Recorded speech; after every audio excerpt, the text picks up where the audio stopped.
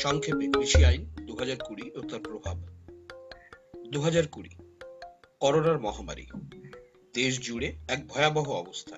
শুধু এ দেশ কেন, সারা পৃথিবী জুড়েই পরিস্থিতি ভয়ঙ্কর। তাই একে মহামারী নয়, বলা হয়েছে অতিমারী। এরই মধ্যে আরো এক মন খারাপ করা খবর। মিডিয়া আলোড়িত, প্রিন্ট কিংবা টেলিভিশন, এমনকি সামাজিক গণমাধ্যমও। কি সেই খবর? না, দিল্লি ঢোকার রাস্তাগুলিতে গত 2.5 মাসের ওপর ধরে বসে রয়েছেন হাজার হাজার কৃষক। দিল্লির কনকনে ঠান্ডায় 200-র উপর চাষি এর মধ্যেই প্রাণ হারিয়েছেন।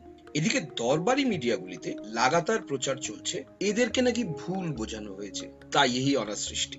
সরল সাদাসিধে চাষিদের কারা ভুল বুঝিয়েছে? আঙুল তোলা হয়েছে বিরোধী দল, খালিস্তানি, মাওবাদী, নকশালপন্থী, এমনকি বিদেশি শক্তির দিকেও। সে যাই হোক, কেন এই অসহ্য কষ্ট সহ্য করে বসে আছেন কৃষকেরা? বারে বারে বলছেন কালা কানুন বাপাস লো, মানে প্রত্যাহার করো। কি আছে সেই আইনগুলিতে? এদিকে মোদী সরকারের তো দাবি কৃষকদের স্বার্থেই নাকি তারা দুটো যুগান্তকারী নতুন আইন প্রণয়ন করেছেন আর একটি পুরনো আইনে সংশোধনী এনেছেন। তাই তো ভালো কথা। ভারতবর্ষ কৃষি প্রধান দেশ, আর এদেশের অন্নদাতাদের বর্তমান অবস্থা তো কহতব্য নয়। তাই তাদের ভালোর জন্য যদি সরকার কিছু করেই থাকেন, তাতে এত ক্ষোভ কেন? কোথাও কোনো ভুল বোঝাবুঝি হচ্ছে না তো? সেটা জানতে, ভালো করে বুঝতে চলুন একবার দেখে নিই কি আছে ওই বিতর্কিত কৃষি আইনগুলিতে। প্রথম আইনটির নাম farmers produce trade and commerce promotion and facilitation act 2020। পরিভাষায় কৃষি উৎপাদন, ব্যবসা এবং বাণিজ্য প্রসার ও সহায়তা আইন 2020। এই আইনে মূলত যা বলা হয়েছে তা হলো এর ফলে কৃষক এপিএমসি বা মান্ডির বাইরেও ফসল বিক্রি করতে পারবে। এখন প্রথমে আমরা জেনে নেই এই এপিএমসি বা মান্ডি কি। এপিএমসি হলো এগ্রিকালচারাল প্রডিউস মার্কেট কমিটি, অর্থাৎ কৃষিজ পণ্যের বাজার সমিতি বা দেশীয় ভাষায় মান্ডি। এই মান্ডিগুলি হলো সরকার নিয়ন্ত্রিত পাইকারি বাজার, যেখানে কৃষক তার উৎপাদিত ফসল বিক্রি করে থাকেন। কারা কেনে এখানে? না, খুচরো ক্রেতা নয়, পাইকারি দরে ফসল কিনে নেন যাদের পরিভাষায় বিচলিয়া বা আড়তদার বলা হয়। এরা পরে চাহিদা অনুযায়ী দেশের বা ওই রাজ্যের বিভিন্ন স্থানে ফসল পাঠিয়ে থাকেন। আবার সরকারি সংস্থা ভারতীয় খাদ্য নিগম বা এফসিআইও এই এপিএমসি বা মান্ডি থেকেই মূলত ফসল সংগ্রহ করে থাকেন। এই প্রসঙ্গে আরো একটা বিষয় আমাদের জানতে হবে, আর তা হলো এমএসপি, অর্থাৎ ন্যূনতম সহায়ক মূল্য। কোনো বছর যদি দেশে কোনো বিশেষ ফসলের উৎপাদন বেশি হয়, তাহলে স্বভাবতই বাজারে তার চাহিদা কমে যায়, ফলে সেই ফসলের দামও পড়ে যায়। এতে কৃষক তার উৎপাদন খরচের কমেই ফসল বিক্রি করতে বাধ্য হন। কখনো কখনো আড়তদারেরা একজোট হয়েও কৃষককে ঠকাতে পারে।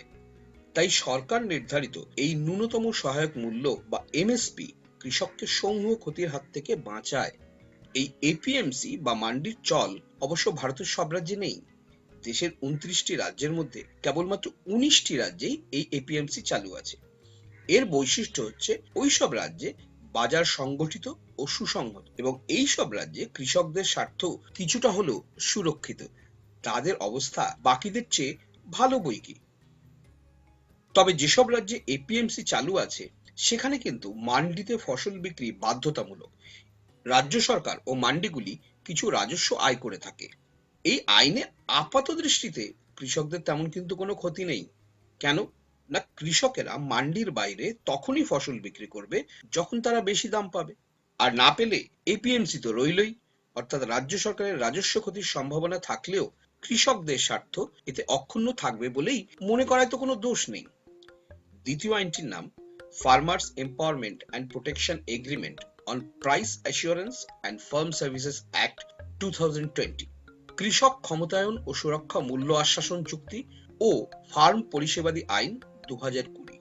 এই আইনের ফলে কৃষক কোনো মরশুমে চাষের আগেই কোনো ব্যক্তি, ফার্ম বা কোম্পানির সাথে এমন ভাবে চুক্তিবদ্ধ হতে পারে যাতে উৎপাদিত ফসলের দাম আগে থেকেই নির্ধারিত থাকবে। এক্ষেত্রেও কিন্তু আপাত দৃষ্টিতে কৃষকেরই লাভ। ফসল কাটার পরে কি দামে তা বিক্রি হবে এই উৎকণ্ঠা তো আর থাকলো না তার। তবে এখনো কিন্তু এমন চুক্তি বা কন্ট্রাক্ট ফার্মিং চালু আছে। পার্থক্য শুধু এই যে নতুন আইনে কৃষক ও কর্পোরেটের মধ্যে কোনো বিবাদ দেখা দিলে কৃষক কিন্তু কোনো কোর্ট বা বিচারালয়ে যেতে পারবেন না। এতে কিন্তু কৃষকদের অধিকার ক্ষুণ্ণই হবে। শেষ আইনটি আসলে নতুন কোনো আইন নয়, পুরনো একটি আইনেই সংশোধন করা হয়েছে। আর সেই আইনটি হলো অত্যাবশ্যক পণ্য আইন বা এসেনশিয়াল কমোডিটিস অ্যাক্ট অ্যামেন্ডমেন্ট 2020। মজুতদারি ও কালোবাজারি বন্ধ করতে 1955 সালে এই আইনটি চালু হয়। এবারের সংশোধনীতে বেশ কিছু অত্যাবশ্যক পণ্যকে এই আইনের আওতা থেকে ছাড় দেওয়া হয়েছে। অর্থাৎ চাল, ডাল, তেল সহ গুরুত্বপূর্ণ নিত্য প্রয়োজনীয় পণ্যের যত খুশি মজুতদারি করা যাবে। এক অর্থে এই আইনের ফলে উপভোক্তার মহা সর্বনাশ। তবে এতেও সরাসরি চাষিদের বিরুদ্ধে তো কিছু নেই, তাহলে কেনই প্রবল প্রতিবাদ? কেন জীবনপণ করে কৃষকেরা লড়ছেন? তবে কি তাদের সত্যিই ভুল বোঝানো হচ্ছে? কিন্তু তা কি করে হবে? ভুল বুঝিয়ে দুই একদিন বা অল্প কিছু মানুষকে খেপানো যায় শুধু পাঞ্জাব হরিয়ানা তো নয়, সারা দেশের কৃষক এমন প্রবল বিক্ষোভে সামিল হলেন কেন? এটা বোঝার আগে আসুন আমরা আরেকটা বিষয় জেনে নিই। তাহলে হয়তো পুরো বিষয়টা আমাদের কাছে জলের মতো পরিষ্কার হবে। আমরা জেনে নিই কতগুলি খবর।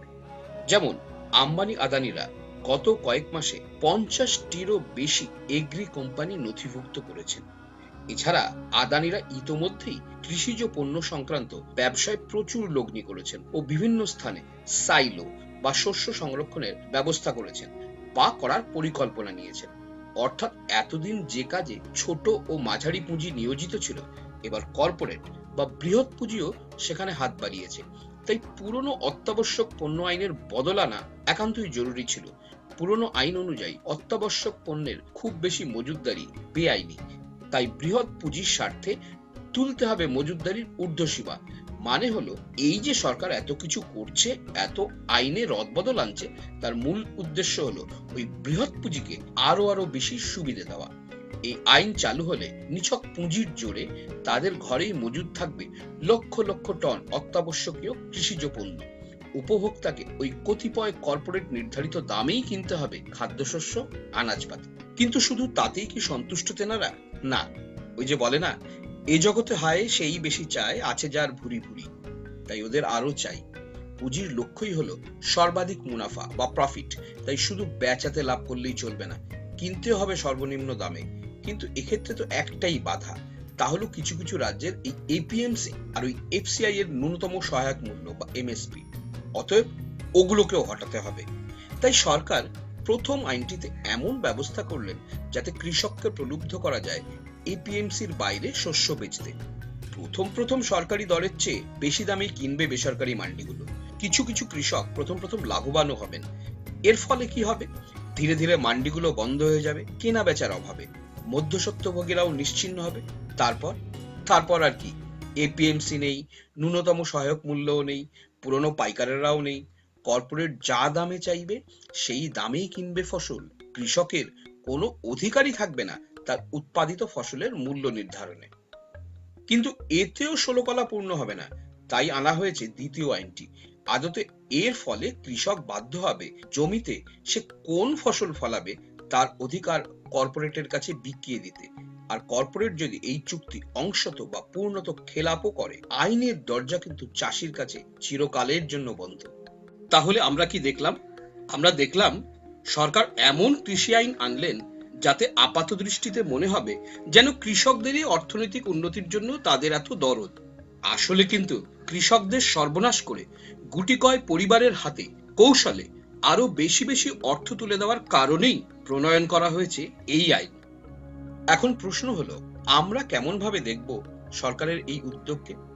আসলে এটা নির্ভর করবে আমরা কোন পক্ষে তার উপর। যদি আমরা আম্বানি আদানিদের পক্ষে হই, তবে এমন উদ্যোগকে দুহাত তুলে স্বাগত না জানিয়ে উপায় নেই। এর ফলে দেখাই যাচ্ছে কতিপয় মহাধনীদের পোয়াবারো।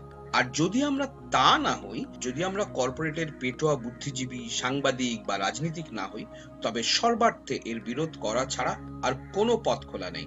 যে কোনো মূল্যেই রুখতে হবে এই কালা কানুন। হ্যাঁ, কৃষকদের জন্য শুধু নয়, 95% ভারতবাসীর জন্য, আম জনতার জন্য এগুলি কালা কানুন। অবশ্যই এর মানে এই নয় যে আইনগুলো না থাকাতে কৃষকেরা সোনার ভারতে বসবাস করত, বরং তার উল্টো। এক সরকারি হিসেবে দেখা যাচ্ছে সারা ভারতে এখন গড়ে প্রতিদিন 28 জন করে চাষি আত্মহত্যা করেন। কেন? ফড়ে, দালাল, আড়তিয়াদের যোগসাজশে এখনো অধিকাংশ চাষি তাদের ফসলের ন্যায্য দাম পান না। বেশিরভাগ ক্ষেত্রেই অভাবী বিক্রয় করতে তারা বাধ্য হন। তবু এপিএমসি আর সরকারের ন্যূনতম সহায়ক মূল্যের কারণে যেটুকু সুযোগ সুবিধা এখনো চালু আছে সেটাও চলে যাবে নতুন আইন চালু হলে। যে কোনো মূল্যেই এই এপিএমসি তুলে দেওয়ার চক্রান্ত তাই রুখে দিতেই হবে। যেসব রাজ্যে এপিএমসি উন্নত সেখানে চাষিদের অবস্থা ভারতের অন্যান্য প্রদেশগুলির থেকে তুলনামূলকভাবে ভালো। হরিয়ানা, পাঞ্জাবের কৃষকরা যে বিহারের কৃষকদের থেকে ভালো আছেন একথা বলাই বাহুল্য।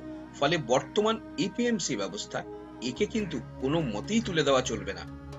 তবে কৃষকদের এই প্রতিবাদ শুধু আইনগুলি বাতিলের দাবির মধ্যেই সীমাবদ্ধ থাকলে চলবে না। আদায় করে নিতে হবে ন্যূনতম সহায়ক মূল্য বা এমএসপি তে ফসল বেচবার অধিকার। আর সবচেয়ে ভালো হয় যদি সরকারি নিয়ন্ত্রণে রাষ্ট্রীয় বাণিজ্য চালু হয়। শুধু ফসল কেনা বেচা নয়, চাষের অন্যতম উপকরণ বা নিমেষ যেমন সার, বীজ, বিদ্যুৎ ইত্যাদিতেও রাষ্ট্রের পূর্ণ নিয়ন্ত্রণ থাকা প্রয়োজন।